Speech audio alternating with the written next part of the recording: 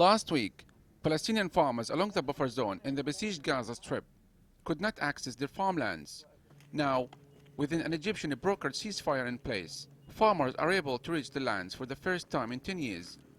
During that period, many farmers were killed by Israeli soldiers as they tried to cultivate their lands. The buffer zone region constitutes about 25% of Gaza's arable land. This area is known as the buffer zone. In the past 6 years, no one was allowed to reach this spot. Anyone, including farmers, would be fired upon if they approached the border area. And we too came under fire as we filmed near the border fence. As you can see, Israeli forces are opening fire now.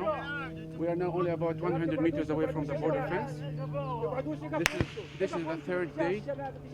This is the third day after the truce was announced by Egyptian mediators. 24 hours after the ceasefire was implemented, Israeli soldiers shot across the border, killing one Palestinian man and injuring dozens of others. We are pessimistic, especially in light of the shootings by Israeli occupation forces against residents and farmers who came to this area for the first time in many years. There should not be a security buffer zone anymore after the truce was reached. Thousands of acres of agricultural fields were confiscated in the past decade and now want to farm their lands. Many local residents and farmers lost their lives when they were killed by Israeli gunfire or tank shelling.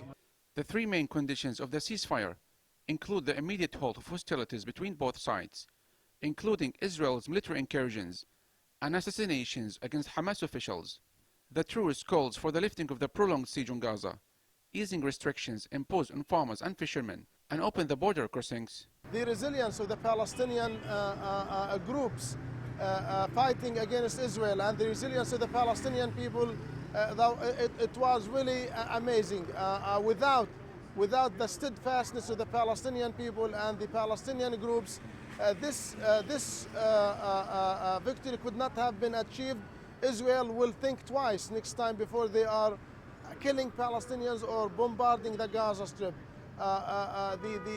The Palestinian resistance groups showed good capabilities of striking in the depth of Israel and telling Israel that Gaza is no longer a victim of Israeli bombardment and Israeli killing. Meanwhile, Gaza fishermen are allowed now to fish up to 6 nautical miles from the seashores, compared to fishing just 3 nautical miles into Gaza's waters before the truce. The Israeli restrictions had hampered the amount and variety of fish they could catch. Our fishermen were able to fish beyond 3 nautical miles for the first time in over 6 years. But as usual, they came under fire. The Israeli Navy opened fire on Palestinian fishermen 5 days after the truce was reached. We should have the right to fish up to 20 nautical miles according to 1993 Oslo Accords. There are about 3,700 Gazan fishermen who only fish along Gaza's 37 kilometers coastline. 11 fishermen were killed and tens injured since the outbreak of the Second Intifada in 2000. Hundreds others were abducted for interrogation. However, despite the limited access to what they did not have, farmers and fishermen say it's not enough. Israel claims the buffer zone and restrictions at sea are necessary for security reasons and to prevent weapons smuggling into the Gaza Strip. Israel's air, land and sea blockade on Gaza has been devastating for daily life and the struggling economy. Gaza's waters have been controlled by Israel since its occupation of the coastal strip in 1967. Several Israeli warships have been stationed off the coast of the Gaza Strip since 2008. The truce may have eased some restrictions, but Israel still maintains full control of Gaza's airspace, territorial waters and border crossings, except along the Egyptian border.